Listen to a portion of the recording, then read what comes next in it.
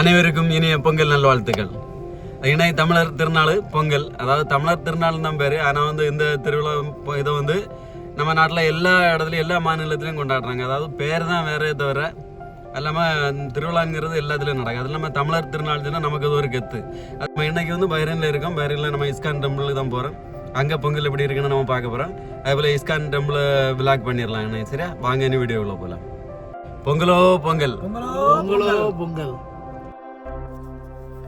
இப்போ நம்ம கோயிலுக்கு வந்துட்டோம். பாருங்கள், பொங்கலுங்கிறதுனால பொங்கல் கோலங்கள் எல்லாம் போட்டுட்டு சூப்பராக இருக்குது. பொங்கல் கோலம் எல்லாம் போட்டு வச்சுருக்காங்க. இது பாருங்கள், இதுதான் கோயில். நம்ம இனி கோயிலுக்கு உள்ளே போகலாம். ஹாப்பி பொங்கல்.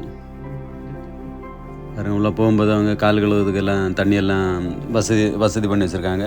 இங்கே வந்து கோயில் வந்து 7 நாளும் ஃபங்க்ஷன் தான். அதுபோல் வெள்ளிக்கிழமை தவிர மற்ற நாள் வந்து காலையில் 5 மணிலேருந்து 7 மணி வரை, சாயங்காலம் அதுபோல் 7 மணிலேருந்து 9 மணி வரை. வெள்ளிக்கிழமை மட்டும் 1 மணி நேரம் கூடுதல் இருக்குது. அந்த டைமிங் தான் நான் கொடுத்துருக்காங்க.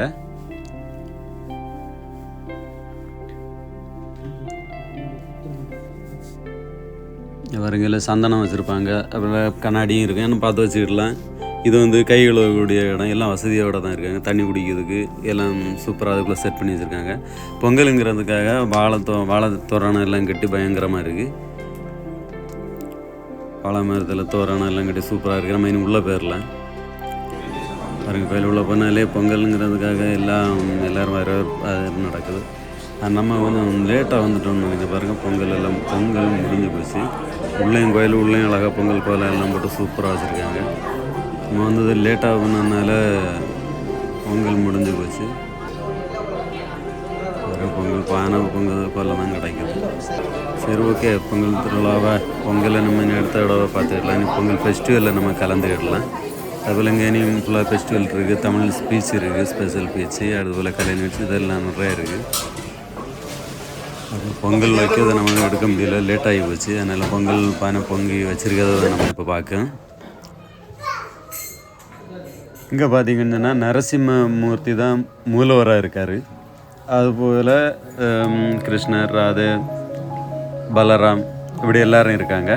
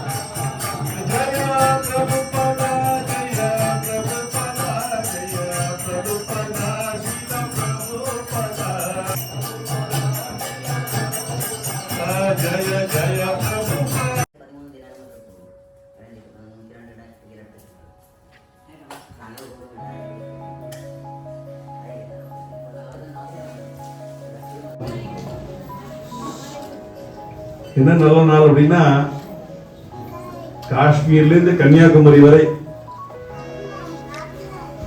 எல்லாருமே இந்த பண்டிகையை கொண்டாடுறாங்க. ஏன்னா வேற வேற பேர்ல கொண்டாடுறாங்க. வேற வேற பேர்ல வந்து எல்லாரும் கொண்டாடுறாங்க. ஏன்னா எல்லாருமே கொண்டாடுறாங்க. பகவத்கீதையில சொல்லியிருக்காங்க. பகவத்கீதை என்னன்னு தெரியுமா எல்லாருக்கும்? பகவத்கீதை என்னன்னு தெரியுமா? அட்லீஸ்ட் நீங்க தெரியாதா தெரிஞ்சுக்கோங்க. பகவத்கீதை நம்மளோட புனித நூல்.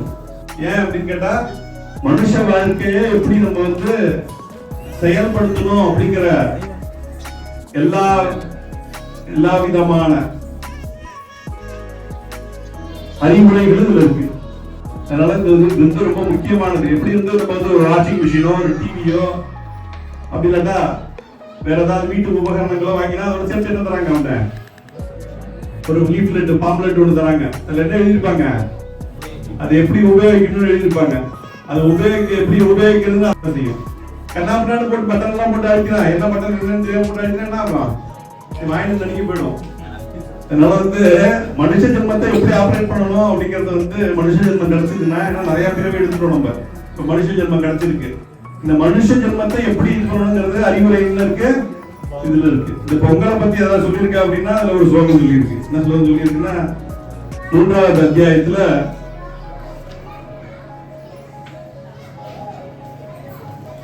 அதை பார்ப்போம். அதுக்கு அரிசி மெயினா வேணும். அன்னாத் பவந்தி பூதாணி, அன்னம் வேணும். அன்னம் எல்லாத்துக்குமே அன்னம் தான். நாத் பவந்தி பூதாணி. அந்த அன்னம் எப்படி கிடைக்கும்? பெருமளவு வளைஞ்சிருமா?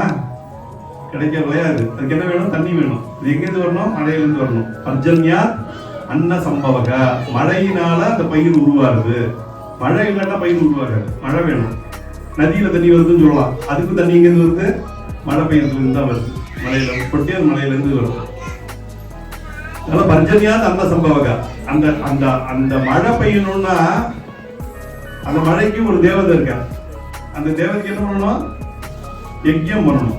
யஜ்யம் பண்ணணும். யஜ்யாத் பவதி பர்ஜன்யோ. அந்த மழை மழை மழை இதனால உருவாருது, யஜ்யத்தினால உருவாருது. அப்ப என்ன பண்ணணும்? நம்ம யஜ்யம் பண்ணணும். யஜ்ய கர்ம சமுத்பவக அப்படின்னு சொல்றது. யஜ்ய கர்ம சமுத்பவ. அதனால என்ன பண்ணணும்? யாகம் யாகம் விதிக்கப்பட்ட கடமைகள். நமக்கு விதிக்கப்பட்ட கடமைகள். ஒவ்வொரு யுகத்துக்கும் ஒரு கடமை இருக்கு.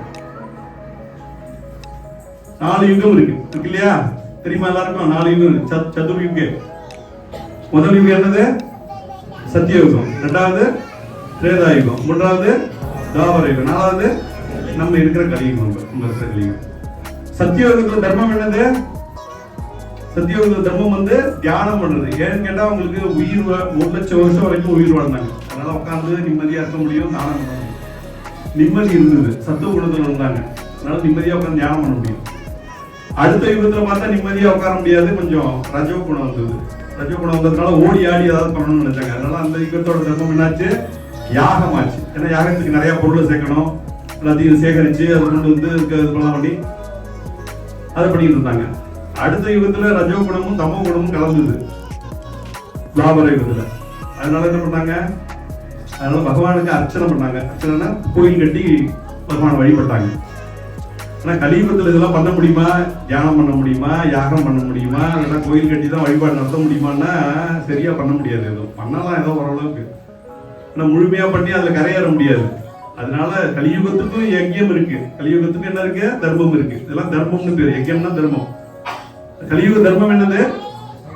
கலியுக தர்மம் வந்து பகவான் நாமத்தை சொல்றது. அதுல மெயின் நாமம் என்னது? ஹரே கிருஷ்ணா ஹரே கிருஷ்ணா கிருஷ்ணா கிருஷ்ணா ஹரே ஹரே ஹரே ராம ராம ராம ஹரே ஹரே. அதனால கலியுக தர்மம் என்னது? கலியுக தர்மம் வந்து ஹரிநாமத்தை சொல்றது. இந்த ஹரே கிருஷ்ண மகாமந்திரத்தை சொல்றது. இதனால அந்த யஜ்யம் பண்ண பலன் கிடைக்குமா? யாகம் பண்ண பலன் கிடைக்குமா? அந்த கோயில் கட்டின பலன் கிடைக்குமா அப்படின்னா அதுல என்ன பலன் கிடைக்குமோ அத்தனையும் இந்த வெறுமனை இந்த நாமம் சொல்றதுனாலே கிடைக்கும் கலியுகத்துல. ஏன்னா கலியுகத்துல மக்கள் வந்து எல்லாரும் சோம்பேறிகள். எல்லாருக்கும் வந்து மூல வளர்ச்சி அந்த அளவுக்கு கிடையாது. எல்லாருக்கும் மந்த புத்தி. அதோட இல்லாம வெளியில வந்து பாத்தீங்கன்னா நிறைய பேர் தவறா வழி நடத்துறாங்க. எல்லாரையும் சரியான வழியில நடத்துறது இல்லை. எல்லாரும் தவறா வழி நடத்தப்படுறாங்க. அப்புறம் இல்லாம எல்லாருக்குமே துரதிர்ஷ்டமா இருக்கு. எல்லாருக்குமே லாட்டரியில விழணும்னு ஆசைப்படுறா. எல்லாருக்கும் விழுந்தா விழல. யாராவது 2 பேருக்கு தானே விழுது. அதனால வந்து எல்லாருக்கும் அதிர்ஷ்டம் கிடையாது. அதிர்ஷ்டங்கிறது யாராவது ஒருத்தருக்கு தான் இருக்கு. அதனால அதிர்ஷ்டம் வந்து எல்லாரும் கிடையாது. அன்பார்ச்சுனேட். அப்புறம் வந்து உபுத்திரவம். உபுத்திரவங்கிறது வந்து என்னது? எல்லாருக்கும் ஒரு உபுத்திரவம் இருக்கு. இருக்கா இல்லையா? எல்லாருக்கும் ஒரு கஷ்டம் இருக்கு. ஒண்ணு வெளியில இருக்கலாம் கஷ்டம், இல்லைன்னா உள்ளுக்குள்ள இருக்கலாம் கஷ்டம். ஏதோ ஒரு விதத்துல வெளியிலயோ உள்ளேயோ ஏதோ ஒரு கஷ்டம் இருந்துதான் இருக்கு எல்லாருக்கும். உபுத்திரவம். அப்படிங்கிறதுனால இதுல இருந்தெல்லாம் கரையேறணும் அப்படின்னா, இதுல இருந்து கடந்து வரணும் அப்படின்னு சொன்னா என்ன பண்ணணும் அப்படின்னு கேட்டா இந்த யுக தர்மத்தை கடைபிடிக்கணும். யுக தர்மத்தை என்னது? ஹரிநாம சங்கீர்த்தம். அது என்னது? ஹரே கிருஷ்ணா கிருஷ்ணா கிருஷ்ணா ஹரே ஹரே ஹரே ராம ராம ராம ஹரே ஹரே. இது கலிக்கு கொடுக்கப்பட்ட மந்திரம். கலி சந்தாரண உபனிஷத்துல ஒரு உபனிஷத்து இருக்கு வேதத்துல. அந்த வேதத்துல சொல்லி இருக்கிற மந்திரம் இது. மந்திரம் இது பேரு மகாமந்திரம்னு பேரு. என்ன பேரு? என்ன மந்திரம்? சாதாரண மந்திரம் இல்ல. என்ன மந்திரம்? மகாமந்திரம். ஏன்னா மிச்ச மந்திரங்கள்லாம் வந்து ஒரு நியமம் உண்டு. இப்படிதான் சொல்லணும், அப்படிதான் சொல்லணும்லாம் அதுக்கு வந்து ஒரு கோட்பாடுகள் இருக்கு. குடிச்சுட்டு சொல்லணும், நல்ல ஒரு ஆசனத்துல உட்கார்ந்து சொல்லணும் அப்படின்னு பலவிதமான விதிமுறைகள். ஆனா இந்த மந்திரத்தை சொல்றதுக்கு என்ன கிடையாது? இந்த மந்திரத்தை சொல்றதுக்கு ஒரு விதிமுறையும் கிடையாது. எந்த விதிமுறை கிடையாது. தத்ராபிதா நியமிதா ஸ்மரணேன காலா. எந்த விதம் எந்த நேரத்துல சொல்லணும், எப்ப சொல்லணும், அப்படிங்கிற ஒரு விதிமுறையே கிடையாது. அதனாலதான் ஈஸி இது. அதனால பகவான் வந்து ரொம்ப கருணை உள்ளவர். சும்மா மனுஷனை மட்டும் படிச்சு விட்டுட்டு அவனால உயிர் வாழ முடியுமா? உயிர் வாழ முடியாது. அவனுக்கு வேண்டியது என்னது? சாப்பாடு வேணும். அப்ப அந்த சாப்பாடு விளையணும்னு என்ன வேணும்? மழை வேணும். அது மழைக்கு ஒரு தேவதை இருக்கு. அப்புறம் சூரியன் வேணும். மழை மட்டும் இருந்தா போதுமா? சூரியன் வேணும். சூரியன் வேணும், காத்து வேணும். இது எத்தனையும் இருந்தாதான் இது பண்ண முடியும். அப்ப அந்த தேவர்கள்லாம் இருக்கணும். அப்ப என்ன பண்ற பகவான்? பகவான் வந்து நம்மளை படைக்கிறார், மனுஷன் படைக்கிறார், இந்த தேவர்கள் எல்லாம் படைக்கிறார். இந்த தேவர்கள் எல்லாம் படைச்சிட்டு அந்த தேவர்களுக்கு உணவு எப்படி கிடைக்கும்னா நம்ம செய்யற யஜ்யத்தினால கிடைக்கும். நம்ம இதே மாதிரி யஜ்யம் பண்ணாதான் அவங்களுக்கு உணவு கிடைக்கும். அவங்களுக்கு உணவு கிடைக்காது. நமக்கு உணவு எங்க கிடைக்கும்? நமக்கு இந்த நிலத்துல இது பண்ணா கிடைக்கும். அதுக்கு என்ன வேணும்? மழை வேணும், வெயில் வேணும், எல்லாம் வேணும். இப்படி அவங்களால நமக்கு உதவி, நம்மளால அவங்களுக்கு உதவி. அதனால பகவான் என்ன பண்றாரு? தேவர்கள் படைக்கிறார், நம்மள படைக்கிறார். படைச்சிட்டு 2 பேரை படைச்சிட்டு என்ன சொல்றாரு? 2 பேர்ட்டையும் நீங்க ஒருத்தருக்கு ஒருத்தர் உபகாரமா இருக்கு. ஒருத்தருக்கு ஒருத்தர் பரஸ்பரம் பாவயந்தக, பரஸ்பரம் ஒருத்தருக்கு ஒருத்தர் உதவியா இருக்கோ, உதவியா இருந்து நீங்க நல்லபடியா வாழுங்கோ அப்படின்னு சொல்றாரு. கடமையை செய்யணும். நம்ம கடமை என்னது? நம்மளோட உண்மையான கடமை என்னது? நம்ம வேலைக்கு போறது, இது போறது எல்லாமே நம்ம கடமை தான். அது குடும்பத்தை பார்த்துக்கிறதுக்கு, வயத்தை போறதுக்கு. ஏன்னா உண்மையான கடமை என்னது? உண்மையான கடமை ஆத்மாவுக்கு கடமை என்ன? பகவானுக்கு சேவை பண்றது, பகவானை நினைக்கிறது, பகவானை நினைக்கிறது, பகவானை பத்தி கேட்கறது, கேட்டு தெரிஞ்சுட்டு இது பண்றது. அதனால அந்த பக்தியில முதல் 2 பக்தி என்னன்னு கேட்டா ஸ்ரவண பக்தி, கீர்த்தன பக்தின்னு பேரு. ஸ்ரவணம்னா கேட்கணும், காதை கொடுத்து கேட்கணும். 2வது கீர்த்தனம், பாடணும். அதனால இந்த மந்திரத்தை கேட்கணும், பாடணும், இப்படி விஷயங்கள்லாம் வந்து தெரிஞ்சுக்கிட்டோம்னு சொன்னா நம்ம வாழ்க்கையில சந்தோஷமா இருக்கும். எதுக்காக பண்றோம், ஏன் பண்றோம், பொங்கல் ஏன் பண்றோம், தீபாவளி ஏன் கொண்டாடுறோம், நிறைய பண்டிகைகள் வந்து எதுக்கு பண்றோம் அப்படின்னா இதெல்லாம் தெரிஞ்சிடணும்னு சொன்னா வாழ்க்கையில என்ன பண்றீங்களா? சந்தோஷம் அடையலாம், சாந்தி அடைக்கும். அதனால எல்லாருக்கும் மறுபடியும் எல்லாருக்கும் பொங்கல் வாழ்த்துக்கள். எல்லாரும் வந்து இந்த நன்னாள்ல எல்லாரும் வந்து எல்லாரும் சந்தோஷமா கொண்டாடி தமிழர் திருநாள் அப்படின்னு சொல்றாங்க. தமிழர் திருநாள் மட்டும் இல்ல, காஷ்மீர் வரை கன்னியாகுமரி வரை திருநாள் இது. எல்லாருக்குமே திருநாள் இது, அறுவடை திருநாள். எல்லாருக்கும் வந்து ஒரு காமனான இது. ஆனா பேர் தான் வேற வேற. நம்ம பொங்கல்னு சொல்றோம். நான் பொங்கல்னு வந்துட்டோம் எல்லாருக்கும் சந்தோஷம். பொங்கல் வந்து என்னது மிச்ச பண்டிகைகள் அந்த அளவுக்கு சந்தோஷம் கிடையாது. இவன் காக்காயே சொல்லுவான். காக்கா தெரியும்னா காக்கா, அந்த காக்கா வந்து நம்ம தமிழ்நாட்டுல வந்து ஒரு வசனம் இருக்கு. அந்த காக்கா சொல்லுமா, கார்த்திகைன்னு ஒரு பண்டிகை இருக்கு தெரியுமா? தீபாவளின்னு ஒரு பண்டிகை இருக்கா? அதுக்கு காக்காய்க்கு ஒண்ணும் கிடைக்காது. ஆனா பொங்கல் வரும்போது என்னாக்கா, பொங்கலுக்கு காக்கா பொடி கடுப்பொடி வைப்பாங்க. அதனால இப்ப அது நிறைய கிடைக்கும். அதுக்கு அந்த உயிரினத்துக்கு கிடைக்கும், காக்காய்க்கு கிடைக்கும். அதனால அது சொல்லுமா, காஞ்ச பைய கார்த்திகை, தீஞ்ச பைய தீபாவளி, மகராஜம் பொங்கலுக்கும் பாது. அதனால மகராஜம் பொங்கல் என்னது? மகராஜன். அதனால பொங்கல் வந்து எல்லாருக்கும் வந்து இது பண்றது, எல்லா உயிரினங்களுக்கும், ஈவன் காக்காய்க்கு கூட அதுக்கு வந்து ஒரு கொண்டாட்டமான ஒரு பண்டிகை. அதுக்குதான் 3வது நாள் பாத்தீங்கன்னா காக்கா பொடி கணுப்பொடி அப்படின்னு போய் குளத்தாங்கரையில போய் வச்சுட்டு வருவாங்க. அது வந்து காக்கா கொத்துதான் பார்ப்பாங்க. அதுக்கு முதற்கொண்டு அதுக்கப்புறம் அது மிஞ்சினதுல எறும்பு எல்லாம் சாப்பிடும். எல்லாமே வந்து எல்லாத்துக்கும் வந்து ஒரு கொண்டாட்டம். இதுல மீற வாழை இலைகள் எல்லாம் பசு மாடு, இந்த காளை மாடு அதெல்லாம் சாப்பிடும். எல்லாமே தேவை நமக்கு. அதனாலதான் மாட்டு பொங்கல்.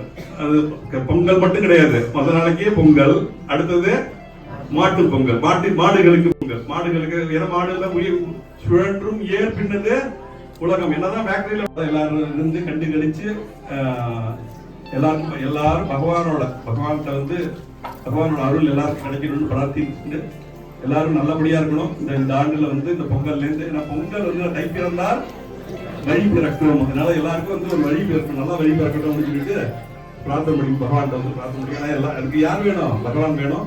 அந்த பகவான் நாமத்தை எப்பொழுதும் சொல்லிட்டே இருக்கணும். இன்னைக்கு புதுசா வந்த கேட்ட பேர் நிறைய பேர் வந்திருக்கீங்க. புதுசா வந்த கேட்ட பேர் கை தூக்குங்க. நயா ஆத்மி कोई इतना आया है आज यहाँ वेलकम माता जी। हरे कृष्ण தமிழ்நாடு ஜா ஹரே கிருஷ்ணா. வாங்க வந்து ஜபம் பண்ணுங்க. அந்த ஜபத்துக்கு ஒரு மாலை இருக்கு, வேணா வாங்கிக்கோங்க. அது பகவத்கீதை புக் இருக்கு, வாங்க. இங்க வந்து ஞாயிற்றுக்கிழமை தமிழ்ல வந்து கிளாஸ் நடக்கிறது. ஞாயிற்றுக்கிழமை தமிழ்லையும் கன்னடாவிலையும் கிளாஸ்.